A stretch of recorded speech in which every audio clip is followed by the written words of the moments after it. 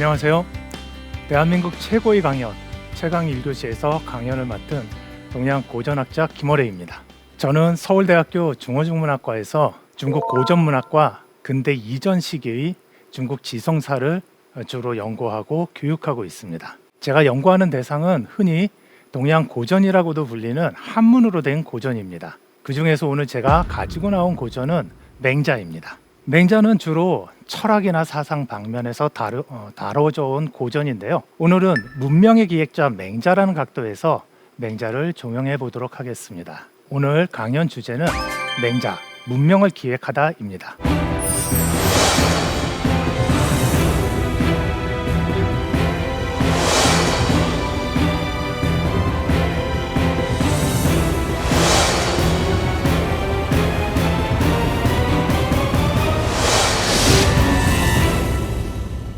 우리나라에 지금까지도 많은 영향을 미치고 있는 전통 문화 중에 하나가 유교입니다. 유교는 그런데 성리학만 있었던 것은 아니거든요. 그런데 조선 왕조 500여 년 동안 성리학이 주류이다 보니까 성리학적인 유교가 아직까지도 우리나라에 많이 영향을 미치고 있다라고 얘기할 수가 있습니다. 제가 왜 이 말씀을 드리냐면요. 맹자가 나름 21세기 벽두인 지금도 우리 사회에 영향을 미치고 있다라는 유의미하다라는 그런 말씀을 드리기 위해서 이 말씀을 드렸습니다. 그러다 보니까 맹자에 대한 오해가 발생하곤 했습니다. 오늘 제가 맹자에 대한 오해 중에서 좀 몇 가지가 있는데요. 핵심적이라고 할 수 있는 것 두 가지를 가지고 나왔습니다. 첫 번째입니다. 맹자는 줄곧 유교의 핵심 경전이었다. 이 오해는요. 이러한 오해하고 밀접하게 결부되어 있습니다. 어떤 오해냐면요. 맹자는 늘 공자의 적통으로 인정되었다. 아마 여러분께서도 들어보셨을 겁니다. 공자, 맹자, 공자, 맹자 이렇게 항상 붙여가지고 얘기되어지는 그러한 경우를 그렇다 보니까 맹자가 공자의 적통이었다라는 그런 생각을 이제 자연스럽게 갖게 되는데요. 글쎄요. 완전히 틀렸다라고 할 수는 없지만 그래도 대체적으로 아니라고 할 수 있습니다. 맹자 하면 어떤 학설이 떠오르십니까? 그렇죠. 인간의 본성은 선하다라고 하는 성선설이 떠오르실 겁니다. 그런데 맹자 살아생전의 성선설은요.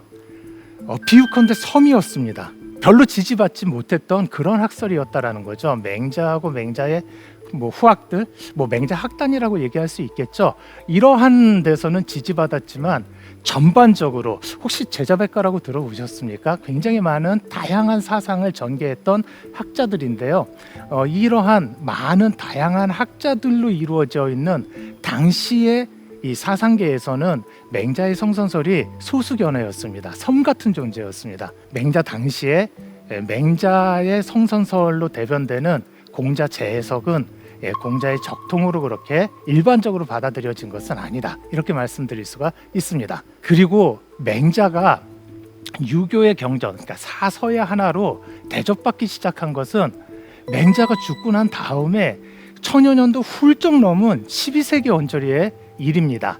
성리학이 출현했던 바로 그 직후 시기입니다. 그러니까 그 이전에는 맹자가 공자의 적통이다. 유교의 핵심 경전이었다. 이런 식으로 얘기하기는 많이 저어됩니다.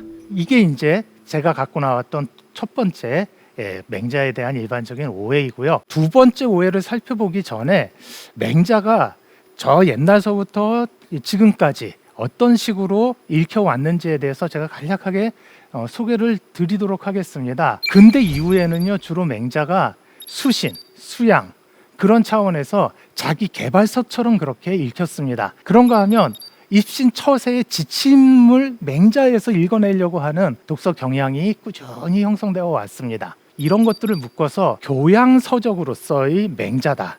혹은 맹자 읽기다 이렇게 얘기할 수 있을 것 같습니다. 이게 일반적인 독자층에서 맹자가 읽히는 그러한 방식이었다라고 한다면요, 전문가 그룹, 맹자를 연구하는 그룹에서는 맹자를 어떤 식으로 읽었는가? 주로 철학이나 사상 텍스트로서 맹자를 읽었습니다. 그런가 하면 역사학의 텍스트로도 읽었습니다. 맹자는 역사학의 텍스트로서 충분한 자격을 갖고 있습니다. 왜냐하면 그 안에요, 전국 시대의 시대 상황에 관한 자료를 얻을 수 있는 내용들이 적잖이 수록되어 있거든요. 그렇다고 한다면 맹자를 통해서 전국시대라는 그 역사 시기에 대한 학적인 연구도 충분히 가능합니다. 이런 것들을 이제 학술서적으로서의 맹자다, 이런 식으로 정리할 수 있을 것 같습니다. 이렇게 교양서적으로서의 맹자, 학술서적으로서의 맹자, 이런 식으로 맹자를 읽어온 것을 근대 이후에 맹자에 대한 주된 읽기의 양상이라고 한다라면 전근대 시기, 그러니까 근대 이전 시기 혹은 전통 시기라고도 표현을 하죠.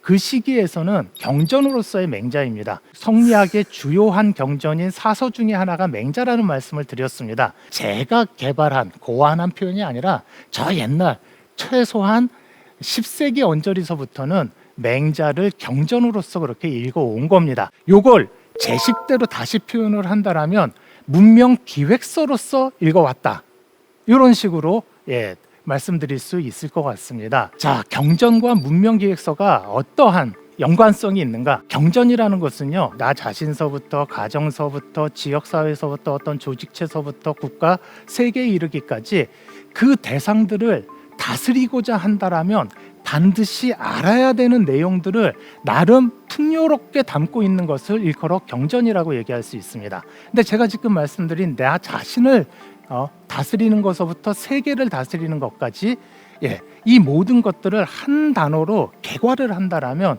문명이라고 얘기할 수가 있다라는 거죠. 그러니까 경전이라는 건 뭐냐? 문명을 다스리는 데 필요한 그러한 어떠한 내용들이 풍요롭게 담겨 있는 그러한 책이다라고 이렇게 정리해서 말씀드릴 수 있다라는 거죠. 그런 점에서 맹자는 문명의 텍스트다, 이런 식으로 말씀드릴 수 있다라는 겁니다. 이게 두 번째 오해의 답입니다.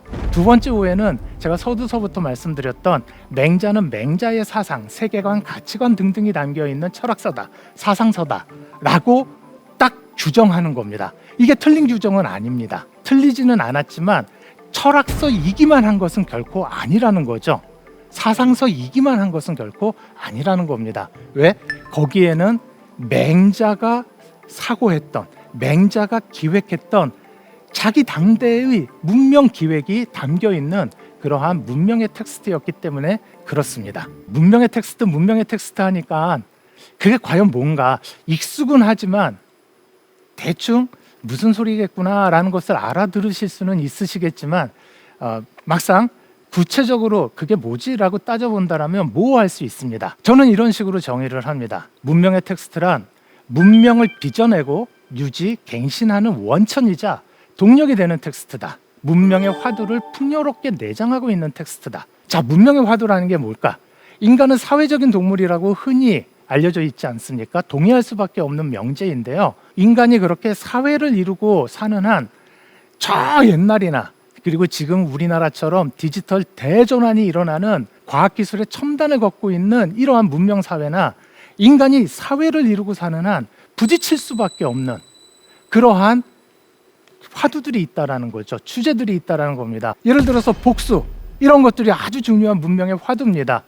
여러분 한번 보십시오. 주변에 얼마나 많은 복수가 우리와 일상을 같이 보내고 있는지. 텔레비전 속의 드라마나 영화 같은 것뿐만 아니라 사실 정치도 그렇지 않습니까? 정치는 합리적 이성이 중심이 되고 근간이 되어야 되는 그러한 영역임에도 불구하고 어떻습니까? 계속 복수니 응징이니 이런 말들 나오지 않습니까? 암만 과학기술의 첨단을 걷고 있는 우리 사회이지만 이렇게 사회를 이루고 사는 한에는 복수라고 하는 이 화두로부터 결코 자유로울 수 없는 겁니다. 그 다음에 복수 어떻습니까? 복수 잘 다루면요, 시청률이 진짜 높게 나오지 않습니까? 그러니까 그만큼 호소력이 있다라는 겁니다. 예컨대 이런 것들을 일컬어 문명의 화두라고 할 수 있습니다. 우정이라든지 즐거움이라든지 명예라든지, 그 다음에 인간이 살기만 합니까? 누구나 다 죽지 않습니까? 그러니까 좋은 삶, 좋은 죽음은 무엇일까? 이런 것들도 다 문명의 화두라고 할 수가 있는데요. 이러한 화두들에 대한 통찰이, 사유가 풍요롭게 내장되어 있는 텍스트를 일컬어 문명의 텍스트라고 그렇게 얘기할 수 있다라는 겁니다. 맹자는 이러한 제가 지금 소개해드린 두 개의 개념 규정, 그러니까 문명을 빚어내고 유지 갱신하는 원천이다 동력이 되는 텍스트, 문명의 화두를 풍요롭게 내장하고 있는 텍스트, 이 모두에 해당이 되는 텍스트입니다. 자, 그러면 맹자가 문명의 텍스트인 이유는 뭔가? 좀 전에도 제가 말씀드린 것처럼 문명을 빚어내고 갱신 유지시켜 나가고 또 발전시켜 나가는데 중요한 동력, 원천, 또 문명의 화두가 풍요롭게 내장되어 있는 텍스트다. 그렇게 이제 제가 말씀을 드렸는데요. 그런 차원에서 맹자는 분명히 문명의 텍스트라고 얘기할 수가 있습니다. 그리고 맹자 자신하고 맹자라는 텍스트를 연결시켜 가지고 말씀을 드리면요. 맹자에는요. 맹자 자신이 기획한 중국 문명의 미래 기획과 또 문명의 화두가 담겨 있다. 이런 식으로 또 달리 말씀을 드릴 수가 있습니다. 그럼 맹자라는 책 속에 담겨져 있는 맹자 기획을 한 문장으로 압축을 한다라면 어떻게 압축할 수 있을까? 공자의 이름으로 중원천하를 대통일하라. 크게 통일해라. 라는 의미에서 대자를 붙여가지고 주로 이제 표현을 하는데요. 맹자는 그러면 왜 이런 식의 문명 기획을 했을까? 이런 이제 의문을 품을 수가 있을 것 같은데요. 그 의문에 답변을 제시하기 위해서는 맹자 당시의 상황을 좀 살펴볼 필요가 있습니다. 맹자가 가장 심각하게 받아들였던 것이 무엇인가? 이 차원에서 두 가지 정도를 제가 말씀드리도록 하겠습니다.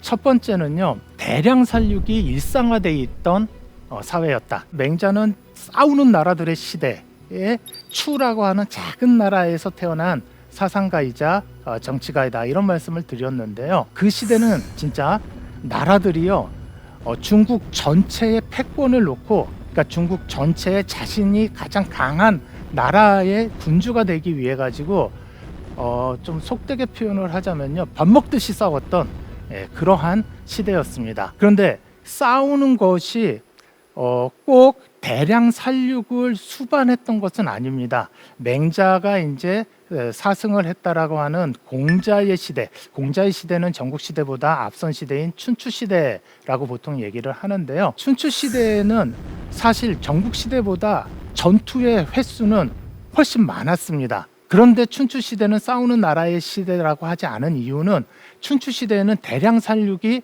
일상화되지 않았습니다. 근데 전국 시대에는 일상화됐다라는 거죠. 그래서 맹자가 이런 식으로 절규를 합니다.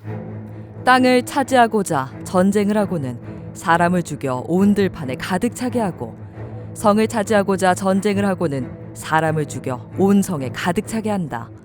이는 땅에게 사람 고기를 바친 셈이니 그 죄는 죽음으로도 용서될 수 없다. 그러니까 나라를 부강하게 하고자 전쟁을 일으킨다, 전쟁을 한다라고 했을 때 명분은 뭐냐면 이 전쟁을 해야만 야 백성들 니네 풍족하게 잘 살 수 있어, 이런 거였단 말이죠. 그런데 막상 전쟁의 양상을 보면 그 잘 먹고 잘 살 수 있을 거다라고 설득을 했던 그 대상, 이 백성이 오히려 대량으로 살육이 되는 그런 양상으로 전개됐단 말이죠. 그러니까 맹자는 절규할 수밖에 없었던 겁니다. 이거는 백성을 위해서 전쟁을 한다고 해놓고는 실질적으로는 땅의 신에게, 땅의 귀신들에게 백성의 고기를 먹인 거라는 거죠. 이런 식의 말도 안 되는 일들이 한두 번 일어나는 게 아니라 일상적으로 벌어지고 있었던 게 바로 맹자 시대의 처참한 현실이었습니다. 맹자는 그렇다고 반전주의자는 아니었습니다. 그러니까 모든 전쟁은 안 된다, 그런 식의 얘기를 한 적은 없습니다. 맹자도 인정을 했습니다, 전쟁의 불가피성을. 그런데 인정할 수 있는 전쟁, 그건 뭐냐? 의로운 전쟁, 줄여서 의전이라고 하는데요. 의로운 전쟁은 있을 수밖에 없다라는 겁니다. 예를 들어서 폭군이 폭정을 너무 심하게 한다, 간언을 해도 듣지 않는다. 그럼 마지막 남은 수단은 물리력밖에 없다. 그래서 하늘의 이름으로 폭군을 내쫓는 그러한 전쟁을 일으킨다. 그거는 의롭다라고 얘기할 수 있다라고 맹자는 본 것이죠. 그런데 맹자는 전국시대 때 있었던 전쟁에 대해서 뭐라고 평가를 하냐면 춘추시대 이래로 의로운 전쟁은 하나도 없었다라고 얘기를 합니다. 그러니까 대량 살육을 막을 수 있는 그런 어떤 공통의 도덕적인 토대라고 할까요? 시대의 도덕적인 역량이라고 할까요? 이런 것들이 지금 완전히 무너진 그런 시대를 맹자는 살았던 겁니다. 두 번째 차원에서는요, 자신의 시대가 쪽 이대로만 가면 오랑캐화 된다라고 맹자는 생각을 했습니다. 그 불안감에 굉장히 몸소리를 친 것 같습니다. 그래서 이런 얘기를 하거든요. 성왕이 나타나지 않자. 성왕이라는 것은 그러니까 요임금, 순임금 이런 그 전설적인 인물 들어보셨죠? 정치를 굉장히 잘했고 태평성대를 일구었다라고 알려져 있는 그런 성군들입니다. 그런 성군들이 춘추 시대를 거치고 전국 시대를 거치면서 몇백 년이 지났는데 싸움만 줄창 일어날 따름이지 성왕이 나타나지 않는다라는 겁니다. 그러다 보니까 제후들이 방자해졌고 보통 저 시대의 이제 최고 통치자, 최고 군왕을 천자라고 했는데요. 천자를 예컨대 넘버 원이라고 한다라면 제후는 넘버 투들인 겁니다. 천자가 저 당시 옛날에는요 생산력이 부족해서 자신이 다스리는 천하를 중앙 집권적으로 혼자 다스릴 수가 없거든요. 그러니까 일정 지역을 툭툭 떼가지고 자기하고 특수관계에 놓여 있는 사람들한테 그 지역의 통치를 위임을 했습니다. 그렇게 천자로부터 일정 지역의 통치를 받은 사람을 일컬어 제후라고 했는데요. 제후는 그 지역의 군주인 거죠. 이 천자급에서 괜찮은 성군이 나타나지 않으니까 넘버 투들인 제후들이 방자해졌다라는 겁니다. 처사들이 아무 의론이나 함부로 제기하다 보니 처사는 뭐냐면요 지식인, 식자층이라고 이해하시면 됩니다. 질서가 허물어지다 보니까 지식인들이, 식자층들이 아무 얘기나 막 한다는 겁니다. 그러다 보니까 양주나 묵자의 연설이 천하에 가득하게 되었다. 양주나 묵자는요 맹자 쪽에서 봤을 때 가장 공자로 대변되는 성인의 말씀을 훼손하는 그러한 이 사상가들이고요. 이 사람들의 말을 쫓다 보면 인간이 인간답게 사라지는 게 아니라 금수와 똑같이 된다라고 맹자는 그렇게 규정을 합니다. 그래서 이런 얘기를 합니다. 인의의 도를 막으면 짐승을 몰고 와 사람을 잡아먹게 하고 나아가 사람이 사람을 서로 잡아먹게 하는 것이다. 그러니까 인간이 인간답지 못하고 동물처럼 살게 된다라는 거죠. 그 이유가 뭐냐? 맹자 보기에 공자와 같은 성현의 말씀이 맹자 당시에 이게 힘을 발휘하지 못하고 오히려 많이 무시되고 일상적으로 무시되고 뭐가 그 당시에 유행을 하냐? 양주나 묵자 같은 사람들, 인간을 짐승으로 몰고 갈 가능성이 큰 그런 학설이 온 중원에 가득 차 있다라는 겁니다.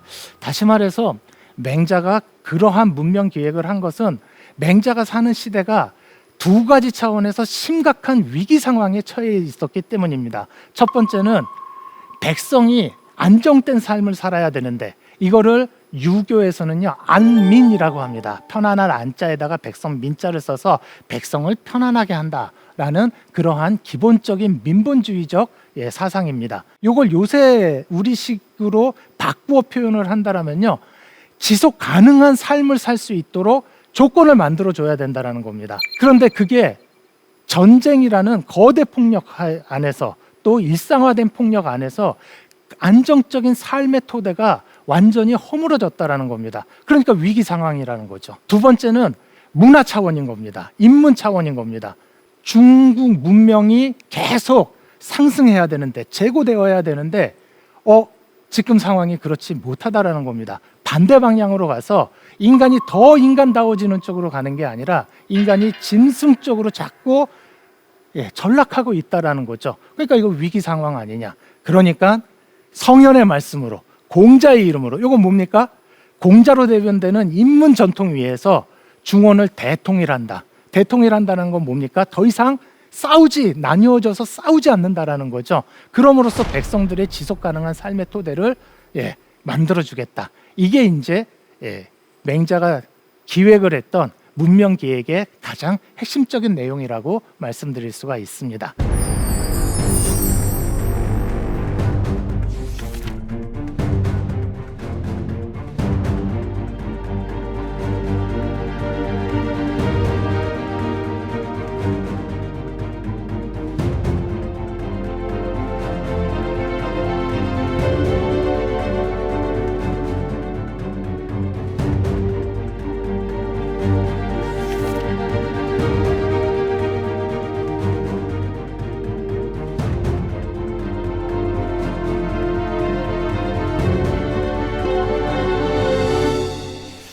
그러면은 맹자는 어떤 식으로 구체적으로 자신의 문명 기획을 해 나갔을까? 첫 번째는 대통일의 인간학적 기초 구축이라는 기획입니다. 자, 이 대통일, 인간학적 이런 표현들이 낯설 수 있으실 터인데요. 일상적인 차원에서 뭐 당신이나 나나 이전까지는 서로 나는 A 나라, 당신은 B 나라 해서 서로 뭐 눈만 부딪히면 싸우는 그런 관계였지만 지금은 이제 하나로 통일됐으니까 당신이나 나나 가만히 보니까 우리 같은 인간이더라. 이런 식의 생각을 할 수 있는, 그런 식으로 느낄 수 있는, 그런 식으로 상상할 수 있는 그 근거를 마련한다. 이게 제가 표현한 대통일의 인간학적 기초 구축이라는 기획입니다. 왜 이게 필요하냐? 춘추 시대 이후로 맹자 시대까지요. 적어도 300여 년 가까이 중국이라는 나라, 흔히 중원이라고도 표현을 하는데요. 이 시공간이 몇 개의 나라로 나뉘어져 가지고 정말 죽자사자 싸웠습니다. 그 시기가요. 그럴 수밖에 없었던 좀 그러한 시기였습니다. 예를 들어서 어떠한 뭐 A라는 나라의 제후 군주가 나는 싸우는 거 진짜 싫다. 싸우지 않고 강한 나라가 될 수 있는 방법 없을까라고 생각을 해서 그런 어떠한 노선을 선택을 해서 걷는다. 그러면 망할 가능성이 그만큼 높아지는 그런 시대였습니다. 왜? 나머지 나라들이 가만두질 않거든요. 그러니까 망하지 않기 위해서라도 싸움을 할 수밖에 없었던 시대가 그 시대였습니다. 그리고 가면 갈수록 대량 학살이 일어납니다. 전국 시대 사람이 아닌 그런 대량 살육이 학살이 일상화되지 않았던 그 전 시기를 살았던 공자도요. 무슨 얘기를 하냐면 왜 죽는지 모르고 죽게 하는 것을 일러 학살이라고 한다라고 논어에서 얘기하고 있습니다. 전쟁이 대표적인 거죠.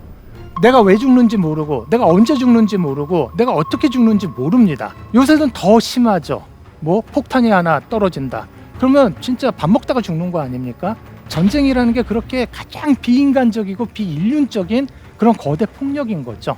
그런데 가면 갈수록 그러한 대량 학살 살육이 일상화됐단 말이죠. 그러니까 A 나라, B 나라 이렇게 나뉘어져 가지고 싸우던 사람들끼리 저쪽 나라의 사람과 내가 한 가족이다. 뭐 한 나라의 백성이다. 이런 것을 느낄 가능성이 얼마나 될까? 여러분 한번 생각해 보십시오. 만약에 신문이나 텔레비전이나 요새 인터넷 같은 거, SNS 같은 것들이 없다라면 저 미국에 사는, 저 남미 쪽에 사는, 저 아프리카에 사는, 유럽의 저 북구 쪽에 사는 우리나라 동포들이라고 우리가 얘기하죠. 그 동포들이 한국에 사는 지금 우리 국민들하고 동질성을 느낄 수 있었을까? 대한민국 한반도 내로 범위를 국한해도요. 그러한 매체가 없다라면 부산이라든지 목포라든지 강릉이라든지 대전이라든지 이쪽에 가볼 일이 없었다라면은 그쪽 지역에 사는 사람들과 내가 한 동포다라는 그런 식의 동질감, 유대감 같은 것들을 느낄 수 있었을까? 근대적인 매체는 19세기, 20세기 이언저리에 이제 본격적으로 발달을 하죠. 제 옛날에 무슨 그러한 매체가 있습니까? 그런데 허구한 싸웠거든요. 그러한 상대국 백성들하고 나하고 동질적인 인간이다. 너나 나나 똑같은 인간이다. 이런 것들을 느낄 수 있는 그러한 계기가 일상 속에서 얼마나 주어졌을까?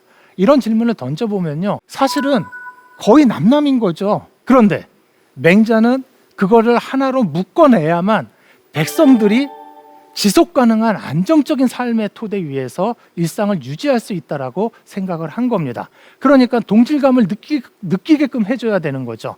고민을 한 거죠. 뭘까? 그게 바로 성선설입니다. 보통 성선설은 철학이나 사상이나 윤리학 쪽에서 많이 연구를 하는데요. 문명을 기획한 맹자라는 각도에서 성선설을 보면요. 성선설은 맹자 당시에 맹자에게는 그렇게 이질감을 느낄 수밖에 없는 중원에 사는 사람들에게서 동질적인 유대감을 느낄 수 있게끔 그 터전을 만들어준, 그 토대를 만들어준 그런 학설이라고 얘기할 수가 있습니다. 그리고 그거를 맹자는요, 하늘이 보증한다라고 얘기를 합니다. 다시 말해서 어제까지 박터지게, 죄송합니다, 속된 표현을 써서 그렇게 싸웠단 말이죠. 앙숙입니다. 그런데 통일이 됐어요. 그래가지고 실은 당신도 선한 본성을 갖고 있는 존재이고 나도 선한 본성을 갖고 있는 존재요. 그러니까 우리 교집합이 있지 않소. 그러니까 우리는 하나의 집단인 겁니다. 하나의 백성인 겁니다. 잘해봅시다. 이런 식으로 얘기하는 게 말은 쉽죠. 그런데 그거에 진짜 마음으로부터 동의가 돼야지 진짜 한 나라의 한 천하의 동일한 백성이라고 얘기할 수 있는 거 아닙니까? 마음으로 이게 동의가 되려면 어제까지 지금 싸웠는데 말은 설사 그런 식으로 주고받는다 하더라도 이거 믿을 수 있나? 또 뒤통수 때리는 거 아닌가? 이런 식의 의심을 인간이라면 충분히 가질 수밖에 없단 말이죠. 그러니까 맹자는 너도 선하고 나도 선하다라는 이 성선설을 하늘이 보증한다라는 식으로 당신도 하늘 믿지 않소. 하늘의 위력을 당신도 알고 있지 않소. 경험하지 않았소. 또 당신만 경험한 게 아니라 당신 부모 세대도 경험을 했고 조부모 세대도 경험을 했고 그거보다 한참 태고 쪽의 선조 시절부터 하늘이 선한 존재라는 것 당신이 경험하지 않았소. 믿지 않소. 그러니까 하늘이 보증하는 이 성선설은 맞는 거요. 우리 잘해봅시다. 하늘의 본성을 맹자는 선하다라고 본 겁니다. 근데 이건 맹자만의 독특한 견해는 아닙니다. 저 옛날서부터 하늘은 기본적으로 선하다라고 그렇게 믿어왔습니다. 그러니까 그러한 전통적인 믿음, 맹자 이전에 적어도 1000년 넘게 쌓여서 쭉 흘러내려오던 그런 전통적인 관념에 기초해가지고 우리 모두 다 그 하늘의 선함을 신분 고하하고 상관없이 또 어느 지역에 살았느냐하고 상관없이 또 직업이 뭐냐 얼마만큼 배웠느냐 이런 거에 상관없이 그 하늘의 선함을 우리는 다 태어날 때 타고난다. 그리고 우리는 한 집단이다. 한 부류다. 이런 식의 주장을 한 겁니다. 그럼으로써 대통일할 수 있는 인간적인 차원에서의 기초를 구축하는 작업을 맹자가 수행하고자 했던 겁니다. 보통 성선설 하면요 왠지 그냥 괜히 힐링이 되는 것 같잖아요. 인간은 본래 선하다. 그런데 뭐 살다 보니까 사회 조건 때문에 악하게도 됐다. 뭐 살다 보니까 어쩔 수 없었던 거지. 그렇다고 해서 인간이 뭐 희망이 없는 그런 존재는 아니다. 뭔가 이런 식으로 논리를 만들어갈 수 있으니까 성선설 그러면은 뭔가 이렇게 힐링이 되는 그런 식의 학설이라고 볼 수도 있습니다. 그런데요, 성선설은요 힘을 갖고 있는 사람들 입장에서는 쉽게 말해서 권력을 쥐고 있는 사람들 입장에서는 불온하기 그지없는 그런 학설이었습니다. 왜 사람이 본성적으로 선하다라는 말이 왜 불온한가? 특히 힘이 있는 사람한테는 좀 전에 말씀드렸듯이 맹자는 성선설의 보증을 하늘에서 찾았습니다. 자, 그런데요. 천자도 그렇고요. 천자로부터 일정 지역의 통치를 위임받은 제후 넘버 2들이요.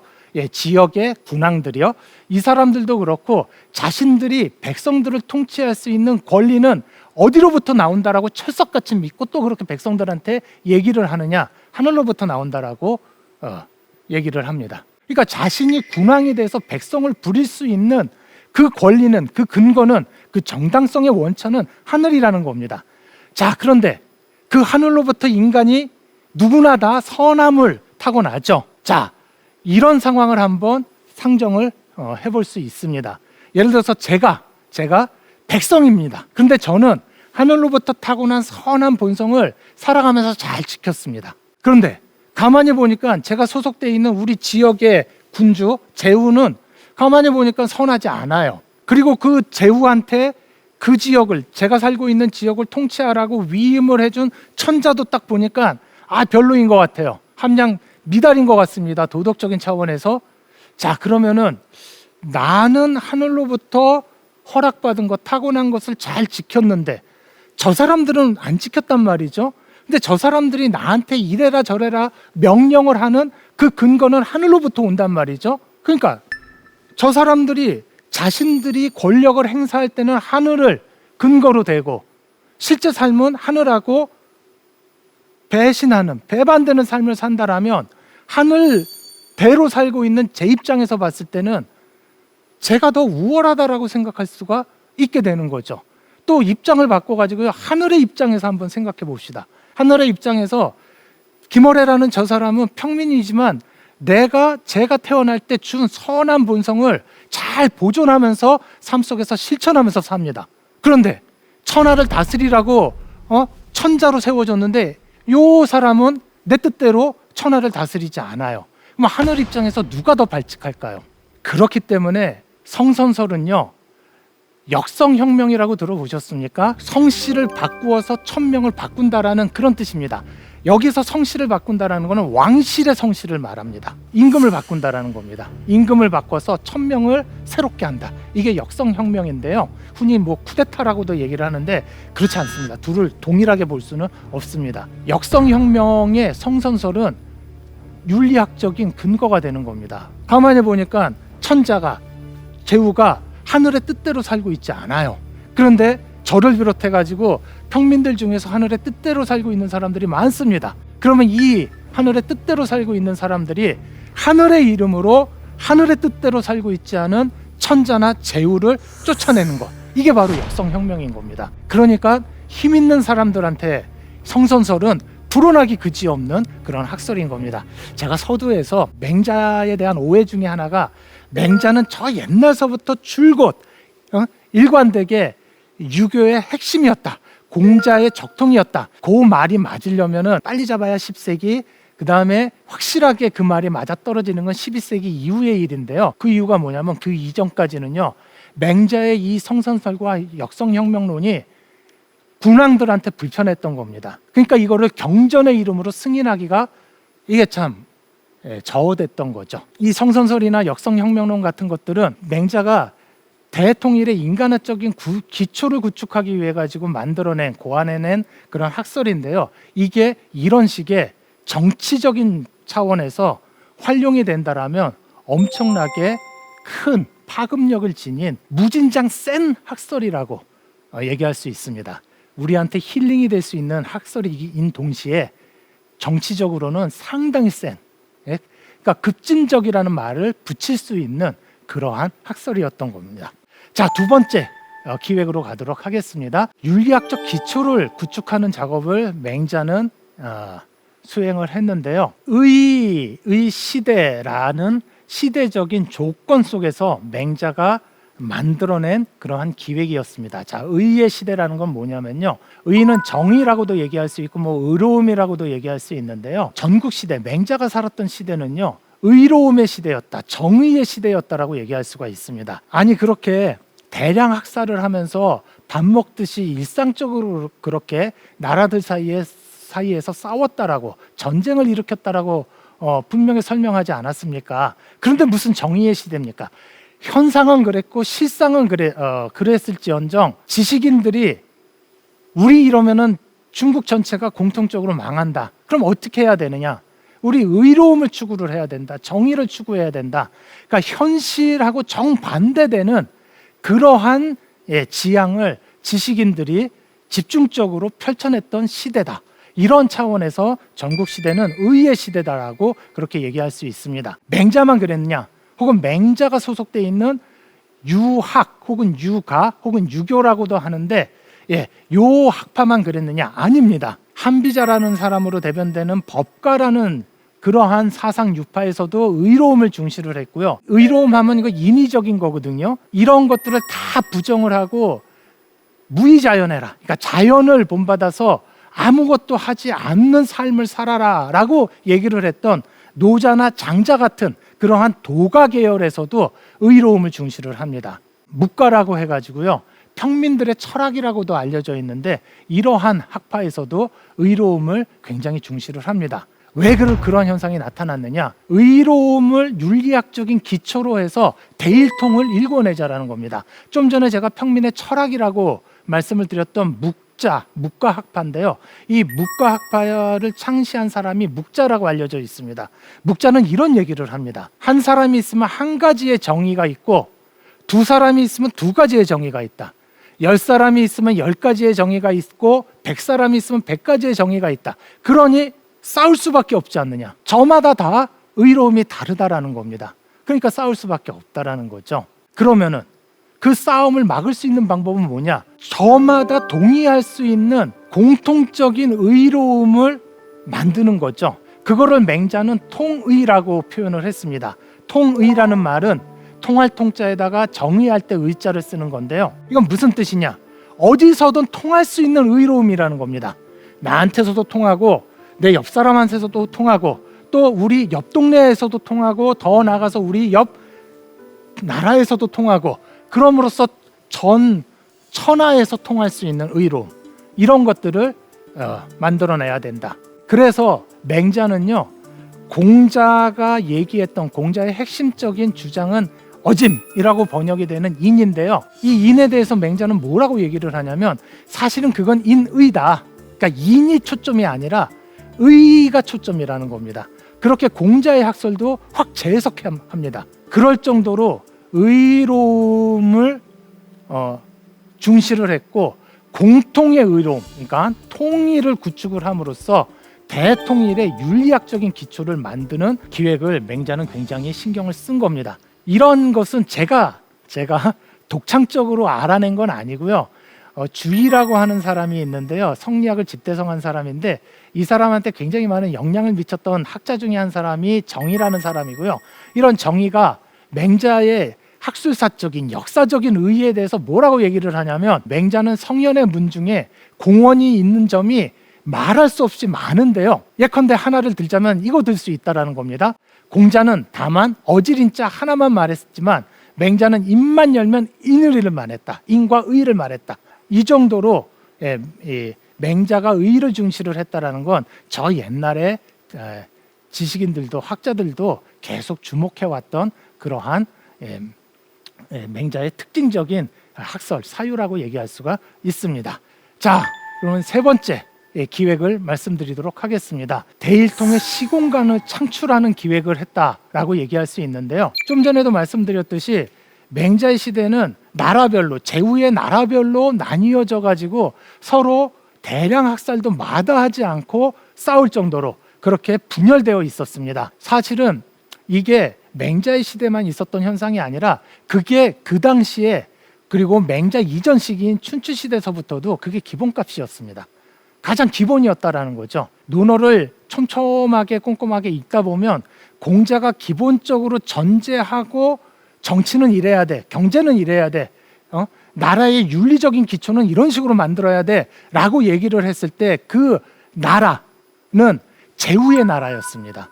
그러니까 중원 전체 제후들의 집합체인 천하를 기본값으로 놓고 천하는 이래야 돼라는 식으로 얘기를 하진 않았고요. 물론 그런 대목도 분명히 있지만 주되게는 어느 한 나라를 정치적으로 어떻게 교화해야 되는가, 경제적으로 어떻게 발전시켜야 되는가 이런 얘기를 했습니다. 이게 가장 기본이었는데요. 맹자는 그런 식의 기본적인 사유를 갖고는 대통일을 일궈낼 수 없다라고 해서 천하라는 단위를 가장 사유의 기본값으로 생각을 합니다. 제가 좀 어렵게 표현했는지 모르겠는데요. 여러분 요새 어떻습니까? 우리나라는 지난 세기 90년대 중반 이후로 국제화, 세계화가 쭉 삶의 기본적인 전제이자 목표이자 당위로서 주어져 있습니다. 그래서 내가 지금 친구들하고 한 3명 정도 창업을 했다 하더라도 내 창업의 목표를 어디에 두느냐? 세계적인, 국제적인 경쟁력을 두는데 둡니다. 옛날에도 그랬을 것 같습니까? 아닙니다. 70년대, 80년대 창업을 한다. 그러면 대한민국에서 최고가 된다라는 걸 생각을 했지 세계에서 최고가 된다. 이런 거 생각 안 했단 말이죠. 자, 70년대, 80년대 생각을 했던 그런 것들이 제후의 나라를 단위로 생각을 했던 공자 시대의 사유 방식이라고 한다라면 맹자는 그거를 탈피해야 된다. 우리는 천하를 봐야 된다. 월드를 봐야 된다. 이게 기본적인 사유의 출발점이 돼야 된다. 예컨대 이런 식으로 생각을 하고 그 천하라는 시공간을 만들기 위해서 이 맹자는 천하라는 이 용어 단어를요 참 많이 갖다 씁니다. 여기 보면요 점층법적으로 구성이 되어 있습니다. 한 고을에서 내가 최고이고자 한다라면 그 고을에서 가장 뛰어난 사람과 벗하고 그거 갖고 내가 성에 차지 않으면 한 나라에서 최고인 사람과 벗하고 그거 갖고도 성에 차지 않으면 천하에서 뛰어난 사람과 벗을 해야지 내가 최고가 될 수 있다. 이런 얘기를 합니다. 그런데 당대 자기가 살고 있는 이 천하에서도 내가 그 천하의 최고하고 벗했는데도 좀 성에 차지 않는다. 그러면은 저 옛날 시대의 최고였던 사람들하고 벗을 해서 그럼으로써 내가 천하가 될 수 있다. 당대적인 그러니까 자기 동시대에서 최고가 되려면 천하에서 내가 최고가 되도록 노력을 해야 되고, 또 그거 갖고 부족하다, 저 옛날서부터 천년 전서부터 최소한 각 시대에 그 천하에서 각 시대별 천하에서 최고였던 사람들과 내가 벗을 함으로써 통시적으로도 내가 최고고, 또 당대적으로도 지금 동시대에서도 내가 최고인 그런 사람이 되도록 노력을 해야 된다, 이런 얘기를 하는데요. 이런 얘기를 하는 이유가 뭐냐? 기본적으로 네가 네 삶을 기획을 한다라면 저 옛날서부터 동시대 가장 넓은 범위인 천하까지 다 기본적인 너의 사유의 범위로 삼아라. 그래야만 대통일이 될 수 있다라는 얘기였던 겁니다. 자, 이거 말고도 맹자를 보면 이 대통일의 기획이 아주 촘촘하게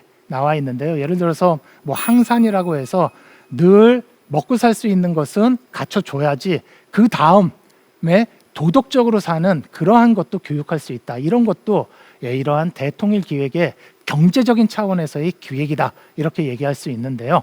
오늘은 그거는 이제 설명드리지 않고 앞에 세 가지 설명으로 이 맹자의 중원천하 대통일 기획에 대한 그 일부를 설명을 드렸습니다. 자, 이제 끝으로 그러면 이 맹자의 중원천하 대통일 기획의 운명은 어떻게 됐는가? 맹자 당시에는 실패했습니다. 왜냐하면 맹자 죽고 나서 200년 가까이 흐르고 난 다음에 진시황이라고 하는 사람이 나타나가지고 중원천하를 드디어 크게 통일을 합니다. 근데 그때 그 통일의 이론적인, 또 윤리학적인, 또 정치학적인 기반으로 삼았던 것은 맹자로 대변되는 유가가 아니라 법가였습니다. 그러니까 실패했다라고 얘기할 수가 있는 거죠. 자, 그러면은 맹자의 문명 기획은 볼 필요가 없는 건가? 아닙니다. 맹자 이후로 약 2000년이 넘는 그 정도의 유교의 역사가 있습니다. 이거는 대충 1000년을 단위로 해서 두 번으로 나눌 수가 있는데요. 첫 번째 1000년, 뭐 이렇게 표현할 수도 있겠죠. 첫 번째 유교의 밀레니엄. 이때는 그러면 어땠느냐? 이때도 패배했다라고 얘기할 수밖에 없습니다. 왜냐하면 맹자 계열이 그 첫 번째 유교 1000년의 주류로서 선택되지 못하고 맹자의 제자 중에서요, 자한이, 자윤이 하는 사람들이 있었는데요.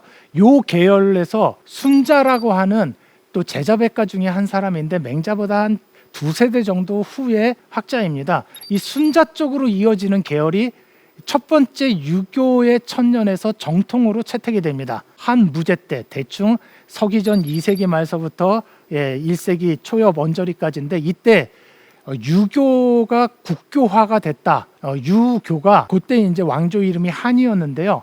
한 왕실의 최고 통치 이데올로기로서 격상이 됩니다. 요때 이제 채택이 된 게 맹자 계열이 아니라 순자 계열이었다라는 거죠. 그리고 거진 한 뭐 700~800년 동안 순자 계열이 득세를 합니다. 그러니까 첫 번째 유교의 밀레니엄을 보면 역시 맹자 기획이 실패했다라고 그렇게 얘기할 수가 있다라는 거죠. 그럼 두 번째 유교의 밀레니엄은 어땠느냐? 이때 맹자가 화려하게 부활합니다. 그러니까 그 이전의 1000년을 그냥 유학 혹은 경학의 시대다라고 그렇게 표현을 하고요. 그 다음에 이제 두 번째 1000년을 새로운 유학의 시대다 해서 신유학의 시대라고 하는데, 이 신유학의 핵심이 바로 서두에 말씀드렸던 성리학입니다. 이 성리학의 시대에 와서 맹자는 화려하게 부활을 합니다. 그리고 나서 그 이후로 근대 이후 지금 한 100여 년이 지난 21세기 20년대인 지금도요, 유학이라는 차원에서 보면 성리학의 시대다라고 그렇게 얘기할 수 있습니다. 그러니까 바꿔 말하면 맹자의 시대인 거죠. 왜 그렇게 얘기할 수 있느냐?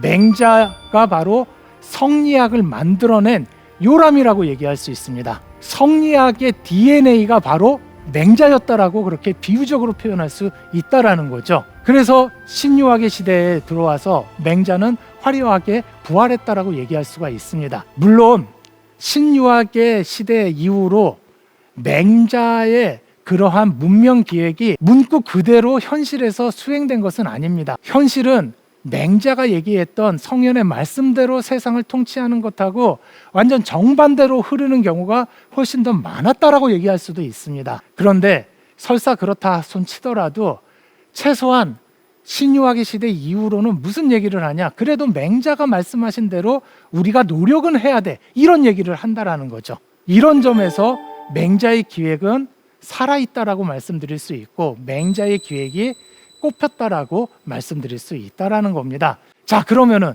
중국에서만 맹자의 기획이 신유아기 시대 이후에 성공을 했느냐? 아닙니다. 우리 한국하고는 무관하냐? 그런 맹자의 문명 기획이요? 아닙니다. 정도전이라고 들어보셨죠? 조선 건국의 청사진을 만들었던 그런 엄청난 학자죠. 이 사람이 조선 건국 기획을 했다라고 평가를 받는데 그걸 한 문장으로 줄이면 성리학의 나라로 조선을 만들겠다 이겁니다. 아까 제가 말씀드렸죠. 맹자는 성리학의 DNA다. 맹자서부터 발언되는 문명 기획이 정도전을 비롯한 조선 건국 주도 세력들에게 그것이 흡수가 됐고 그게 조선을 만들어냈고 그게 어떻습니까? 500여 년 동안 지속이 돼서 지금까지도 영향을 미치고 있습니다. 지금까지 맹자가 영향을 미쳤다라는 것을 저는 무엇을 갖고 보통 입증을 하느냐? 저는 우리 지폐를 갖고 보통 얘기를 합니다. 저만 그런 건 아닌데요. 우리 지폐 속 인물이 어떻습니까? 이택의 이황 선생 있죠? 율곡 이희 선생 있죠? 그 다음에 가장 고액권인 5만 원에는 심사임당이 있습니다. 이런 분들 다 어떤 분들입니까? 인문적으로 막강한 사람들입니다. 자본주의의 총화라고 할 수 있는 화폐, 지폐의 이러한 인문적인 영역에서 진짜 최고의 인물이라고 할 수 있는 그런 사람들의 초상화가 실려 있습니다. 뭐 다른 나라도 그럴 수 있죠. 글쎄요. 거의 없다고 저는 알고 있습니다. 이런 것만 놓고 봐도 우리 현실 속에 맹자로부터 비롯된 그러한 성리학으로 대변되는 문명의 기획이라는 것은 그 일단이 아직도 면면이 이어지고 있다. 이렇게 얘기할 수 있을 것 같습니다.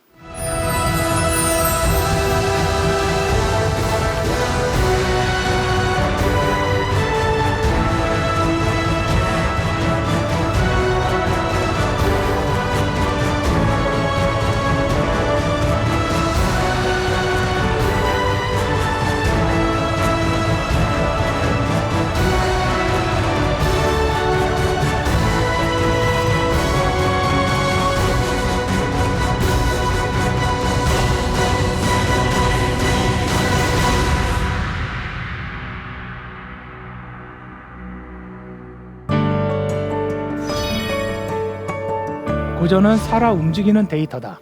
고전은 존중의 대상이 아닙니다.